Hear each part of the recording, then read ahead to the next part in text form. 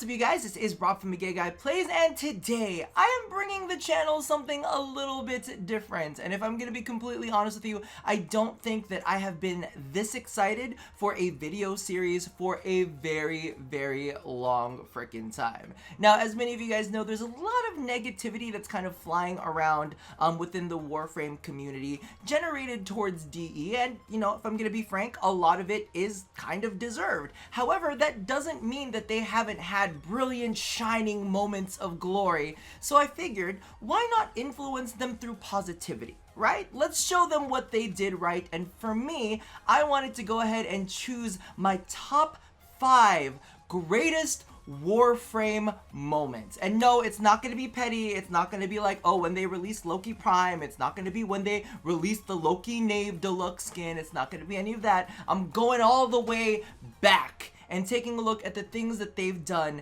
and really shining a light on everything that made it beautiful and wonderful. Now, I'm gonna intercept you guys real quick because I know that you're already doing it. So I figured, let's address this. I want you guys to go ahead and make your own list of your top 5 greatest Warframe moments. Put them in order, but don't share all 5 with me, okay? Share your number 5. And then as we go through the different rungs of the moments ladder, you'll go ahead and share your next one, because I know y'all get antsy. So as you guys can see, number 5 on my list is the Gradivus Dilemma. And legitimately, I have been looking through old Warframe YouTube videos, not just my own, but like from way back in the day. I was looking at like old content creators, and I don't know, it just made me smile. So I figured this is gonna be a mix throughout the whole series. We'll take a look at maybe some clips from videos that Warframe has put out, maybe some trailers, maybe we'll see what's going on. But today we're gonna read a little bit of patch notes, and then we'll go ahead and have a chat about everything beautiful and wonderful about the Gradivus Dilemma. So let's rewind all the way back to October 2013, baby. So the Gradivus Dilemma, which side will you choose? Oh, I'm getting chills. So this started on October 23rd and ended on October 30th of 2013. Intel shows a growing conflict that will begin on Gradivus in Mars, expected to spread. The Grineer are planning an operation against the Corpus led by Sargus Ruck. Alid V of the Corpus has discovered a cache of Tenno in cryosleep and intends on exploiting him for his secret weapons project. Okay, so we got Alid V on one side, grabbing a whole bunch of Tenno in cryosleep. They're like, okay, we gonna do something about this, right? The Grineer, however, are outraged at this contract violation because apparently, I guess they're not supposed to be on Mars. I don't know what's happening. But they're using this as an excuse to invade Corpus space and enslave the local population. Okay, so they're like, one side is Alid V, you know, grabbing all these Tennos in cryosleep. The other side is the Grineer enslaving a whole bunch of people in the Martian sector, right? And grow their power. So not only are they, you know, the dominating force in the thing, they're also going to enslave more people and become more powerful. The Lotus is your guide, but not your conscience. You will have to choose which side to support. So, Corpus versus the Grineer. Which side will you choose? Let me tell you right now, as I was watching the videos, it was absolutely amazing because you had people saying, this is why you support the Corpus. You had people saying, this is why you support the Grineer. And it was nuts, but that's not where it ends. There's more. Choose loyalty and side with the Grineer to destroy Corpus forces and free your kin. Choose sacrifice, siding with the Corpus to halt the Grineer conquest and enslavement of colonies. So it's basically your people versus innocent people. Both sides have reached out to the Lotus with reward offers for each contested location, as well as rewards for the conflict as a whole. So DE is actually introducing invasions at this point. This is the first time that we've ever seen invasions and battle pay. This was really, really interesting because of the fact that this was a way for them to test out game modes through an event and then have us give feedback on exactly how it's working. One of the things that we've kind of seen as of late is new game modes have just kind of been dumped into our laps without any kind of lore behind them, and without any kind of like pre-testing for the public to be able to give feedback on, so that DE can polish them later. But back in the days, they did with this with survival, they did this with invasions, and so on and so forth. So it's been really, really interesting. Rewards, battle pay. Both sides will offer payment for supporting them in particular contested location. In Mars, selecting a conflict location will present a choice of sides and their respective battle pay. Your battle pay is only given after the location conflict is resolved, regardless of which side ultimately wins the location. So all of these different nodes, one would go under Corpus, coverage. One would go under Grenier coverage, and it would kind of like show who's winning what. You'll need to commit to a side to earn this battle pay by completing 5 missions to prove your support. If you switch sides, you'll erode your rating with the opposition and risk not getting the reward. So it's basically how a normal invasion works. But here is where shit gets juicy, y'all. Oh my god. So, once you complete 5 rewards, regardless of who wins, because guess what? Your end results, the rewards you get in the very end, depend on who win, baby. They depend on who wins. So, Tier 1, if you supported the Corpus, more missions on their side, then you will get the, I think it's called the Sacrifice emblem. So, what happens is you get a Corpus-themed emblem. If you support the Grenier side, you end up getting the, I think, Loyalty emblem. So basically, you get one of these two kind of like unique emblems that you'll never be able to get again. Now the thing is, I flip-flopped at the last minute because I was trying to review things, and you wouldn't necessarily get the weapon if you didn't review them, or you wouldn't get the weapon straight out of the gate. You'd still have to build the weapon. So I wish I had stuck with the Corpus all the way through, but instead I flip-flopped over the Grenier, so I ended up with a Loyalty badge. But now, because the Corpus like lost, I should have stayed through the whole thing to get that kind of like unique emblem. Plus, Corpus for life, bruh. Corpus for life. Tier 2 rewards. Now, when you complete 25 missions of any side, the reward will be determined by the victor. So, this is where shit gets really juicy. If the Grenier win, you got the Machete Wraith, and you would end up getting the Brack. And that would just be pre-built with an Orkin Catalyst or whatever. If the Corpus side won, you would get the Prova Vandal, and you would get the Detron. So, I was like, that Detron looks sexy as fuck. I'm sticking with that. I was like all about it. Anyway, as you can see here, if you complete 25 missions, you'll get the Deadly Vandal edition of the Prova. If the Grenier win, you get the Wraith edition of the Machete.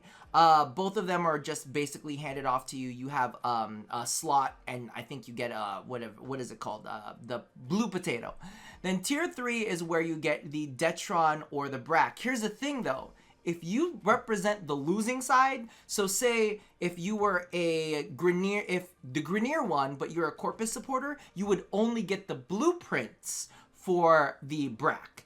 But if the Corpus won, then you would get the Detron like fully built and all of that kind of stuff. It got heated.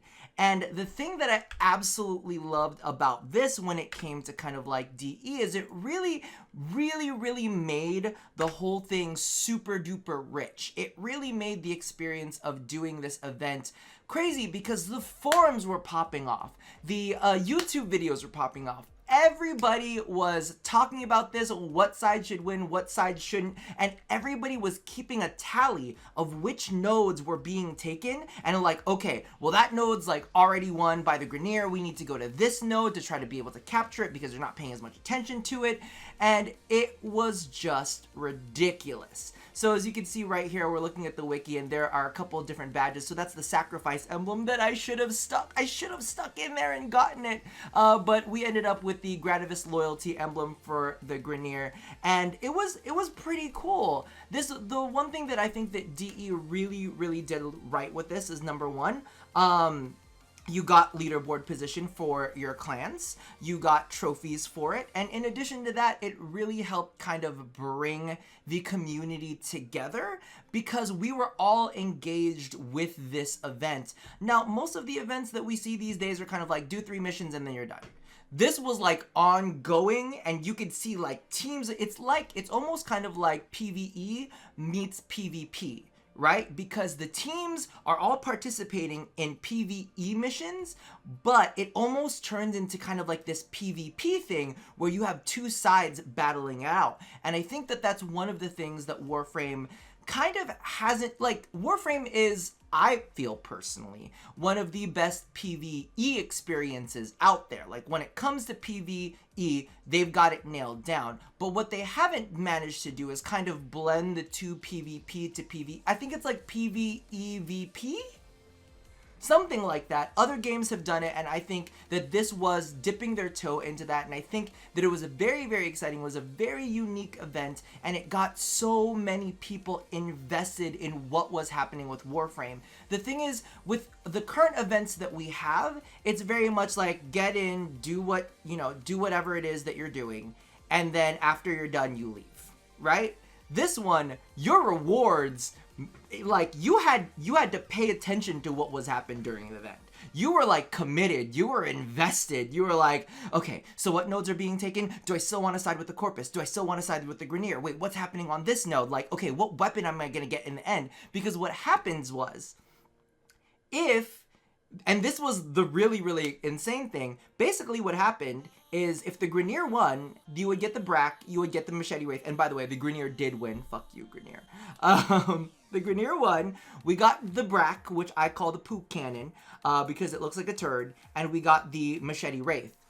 And then the Detron and the Prova Vandal just went away. It was like, I don't know when they're coming back. They'll come back eventually, but we don't know when.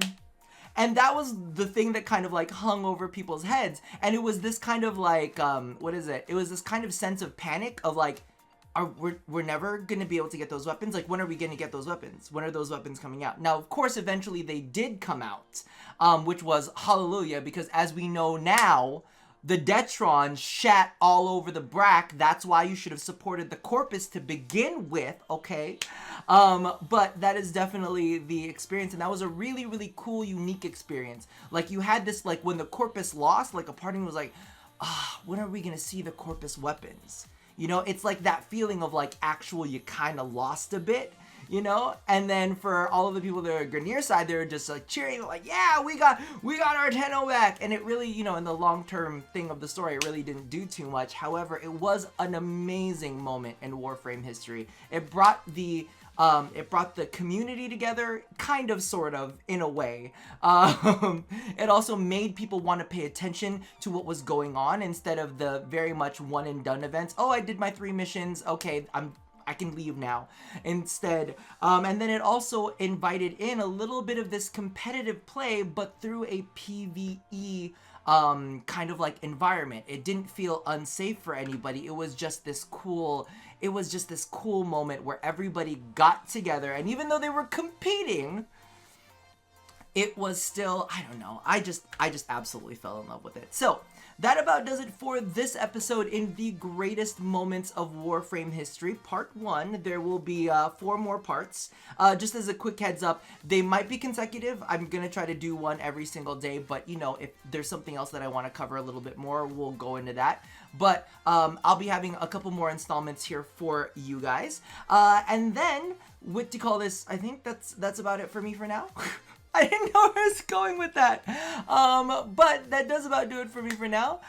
Leave all of your feelings about the Gradivus Dilemma down in the comments below. If you're a little bit newer and never got to experience the Gradivus Dilemma, which side would you choose? Or which side did you choose? Let me know how you feel about this whole event, because it did shape a couple other events after it.